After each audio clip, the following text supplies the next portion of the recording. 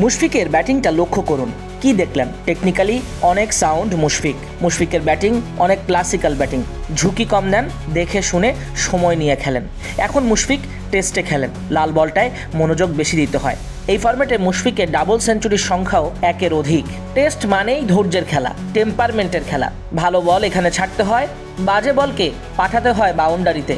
জানেন কি, মুশফিককে bold out করা অনেক কঠিন। বাঘা বোলাররা ছাড়া মুশফিক বোল্ড আউট হন না। সেই সাথে লেগ বিফোরের ফাঁদেও তাকে ফেলা যায় না। বেশিরভাগ আউট মুশফিক হন ক্যাচ দিয়ে।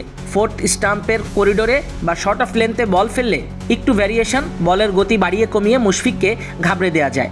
গেল 20 টেস্টে মুশফিক বোল্ড আউট হয়েছেন মাত্র 4 বার। তাও কাদের বিপক্ষে? রাবাদার বিপক্ষে 2 বার, সাউথ আফ্রিকা সিরিজে এবং ভারত সিরিজে 2 বার বোল্ড আউট হয়েছেন বুমরার বলে। তাবৎ ক্রিকেট দুনিয়ায় এই দুজন বোলার সুপারস্টার।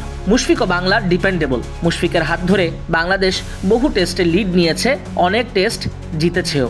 সামনেই শ্রীলঙ্কা সিরিজ। বাংলাদেশ দল বর্তমানে আছে আরব আমিরাত এবং পাকিস্তান সিরিজ ঘিরে সফরে। মুশফিক দেশেই আছেন। সাদা বলে এখন আর খেলেন না, লাল বলেই মনোযোগী সবার প্রিয় মুশি। নিজের ত্রুটিগুলো সম্পর্কে আরেকটু সাবধানী হলে এবং পছন্দসই শটগুলো সুইপ রিভার্স সুইপ কম খেললে মুশফিক সাদা বলে আরও অনেক সাফল্য দিতে পারেন বাংলাদেশ দলকে।